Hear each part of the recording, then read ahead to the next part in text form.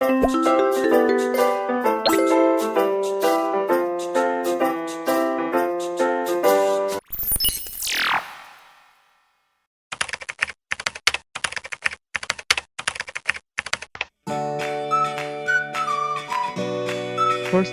remove the outside casing. There are 6 screws we need to be removed.